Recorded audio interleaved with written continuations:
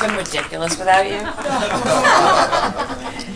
They said lots of nice things about you. Oh, good. Welcome, and congratulations on so many fronts. You've got a very moved audience here, but also I'm tremendously moved by your stamina. I know you've been working nonstop, both on the film and now, so thank you for being here. Yeah, welcome back to LA. Thank you. We just traded places with New York. So why don't we just jump in? Colin was talking about how this film is so, it feels so timely now, although obviously you weren't directing a film towards this actual moment in history.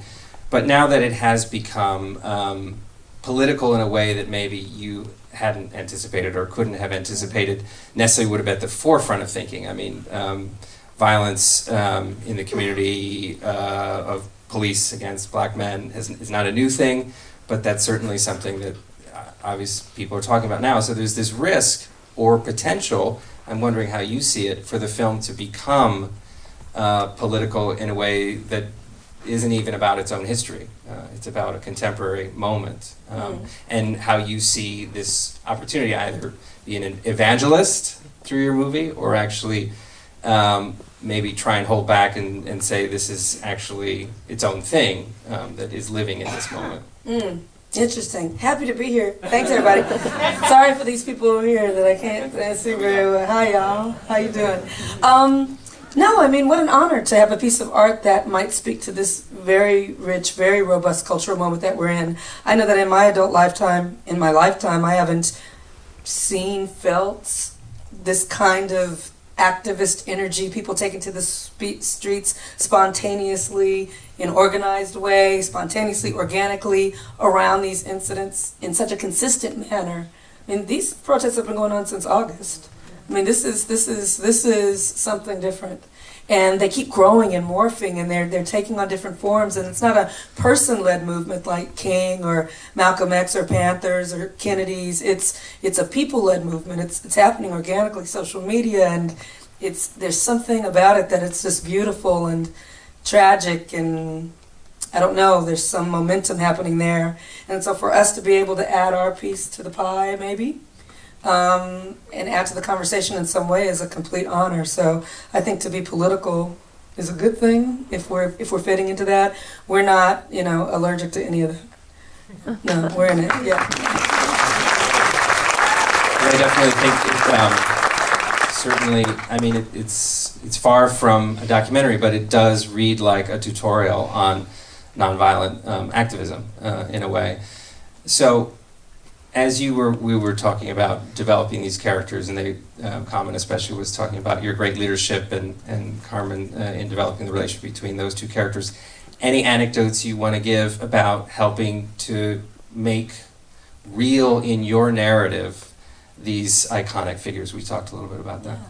Well, I think when you talked about, it's telling more about nonviolent protest. I mean, I think, I'm from Compton. So I'm a real Panther X kind of gal, you know what I mean? Like I think I grew up kind of thinking King was soft, like my grandmother had King and Jesus on the wall at the same height. So like, okay, I know what they're about. I'm about this, and it wasn't until I got to UCLA and started to really study I was an English African American Studies double major, and really started to Bruins, don't play, and really started to get into the nuances of this history. I found out what a radical King was, and how radical SNCC and the SCLC and CORE and these organizations that I thought previously were a little soft, and really just to get into the nonviolent theory. If there's anything that we show in this that I hope changes people's minds, it's that King was more than I have a dream. He believed in peace and he died.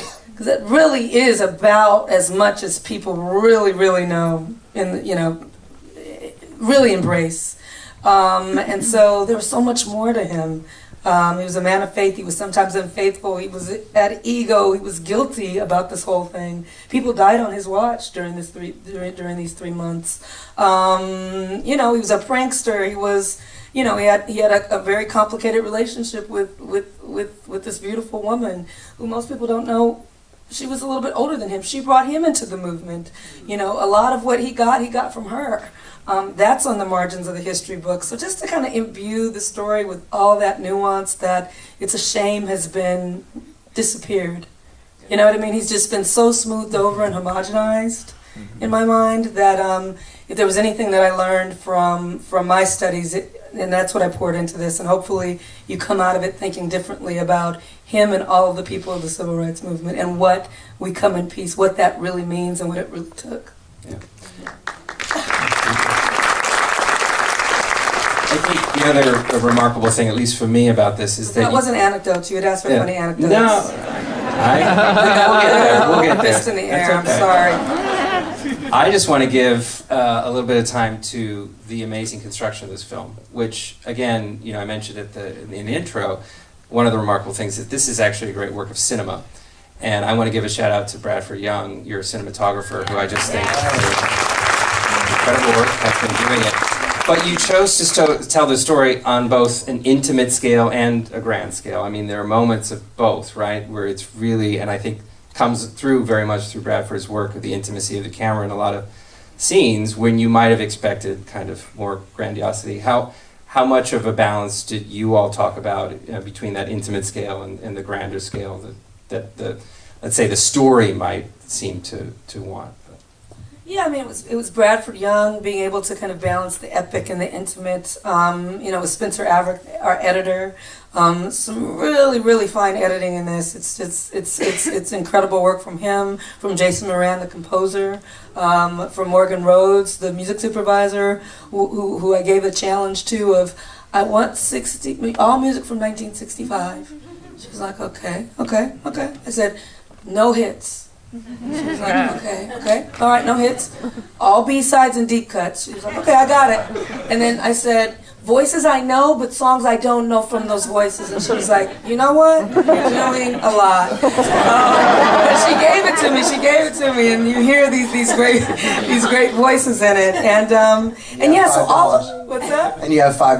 And I have $5. Jeremy lent me $5 to get it done. And so yeah, it was just a team of people, and the great thing about it is we'd all worked together before. I think Jason Moran is the only new one, and Mark Friedberg, our production designer, but worked with Bradford before, with Spencer before, with Morgan before, and it's something about this kind of troupe of artisans that we just take our wares in our little bag and we go make movies. That's what it felt like.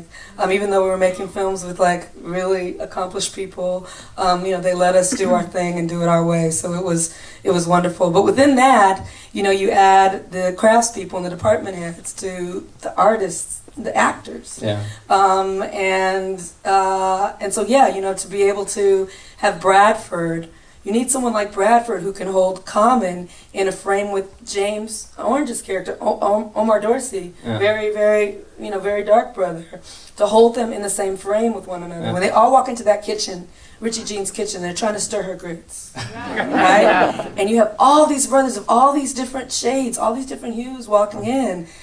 To keep them all in frame so that no one falls apart is, especially when you're dealing with black skin, and many cinematographers don't know how to light for black skin and brown skin. To keep all that together, that's Bradford Young, and make it look good, right? So all of them came together on this beautiful stew. And just speaking of Common, I talked to Jeremy when we were talking about Common, and Common plays James Bevel, who was the one with the swag of the crew. You see, he kept the overalls, the little kufi. He was like, I'm not going to do the church suit. I'm going to keep it a little, he was for the common man, so that's why he wore the overalls. And of course, that's pretty great casting. This guy. But he was also the one who was able to pull Diane Nash. This is a little backstory, because they all love Diane Nash. When you read all their autobiographies, which I have, all of them were in love with her.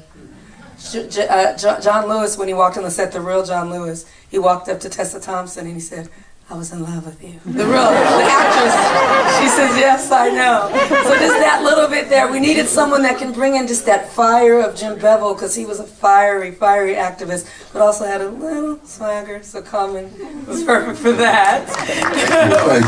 He was like, thank you. And then with Carmen, truth be told, and I really have never told you this, but because I kind of put you through a little of the paces, but you were always my first choice. Totally You were always the first choice. You were always the first choice, and so but you have to say, "Oh, let's talk. Let's hear you out." But I wanted her so bad for this. I mean, I tell her all the time. I saw her in one thing, in a telefilm for HBO called Lackawanna Blues. I don't know if anybody saw that. And she had a really lovely little part in it. It's one particular scene and one particular thing her face did where you just could see straight into her soul in that. And I said, "Who is that and where is she?" And you went away for a while. I didn't see you. But I always remembered you. And so that's how I kind of try to collect actors, just impressions and things that I remember. And you put that with the department heads, and you, kind of curate a family that makes a movie. Yeah, that's what it sounds like. And you did get one famous guy to contribute a song to the movie. One, but we paid him $1. I did that for free, actually. I did do it for free.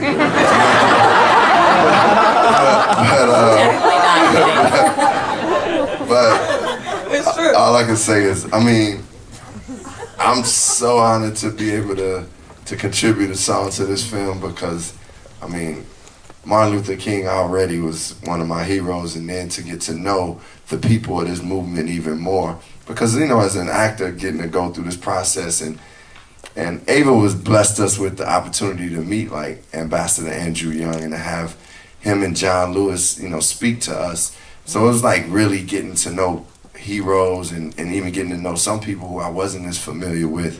So, like, this is in my DNA anyway, and just to get the opportunity to do a song for it, it was like, I thought about getting John Legend because he is also a person who not only is an important voice in the world right now with what he sings, whether he's singing about love or just life, but he also is somebody who is active in education. And recently him and his wife sent out trucks for the people who were marching, food trucks, to feed the people while they were out marching. So he's somebody that's active that I knew he was aligned with this movement and deserved to be like participating on this type of song. So, and basically when we came up with the song Glory, it was one of those things where you just let God speak through you. You don't try to do too much. You just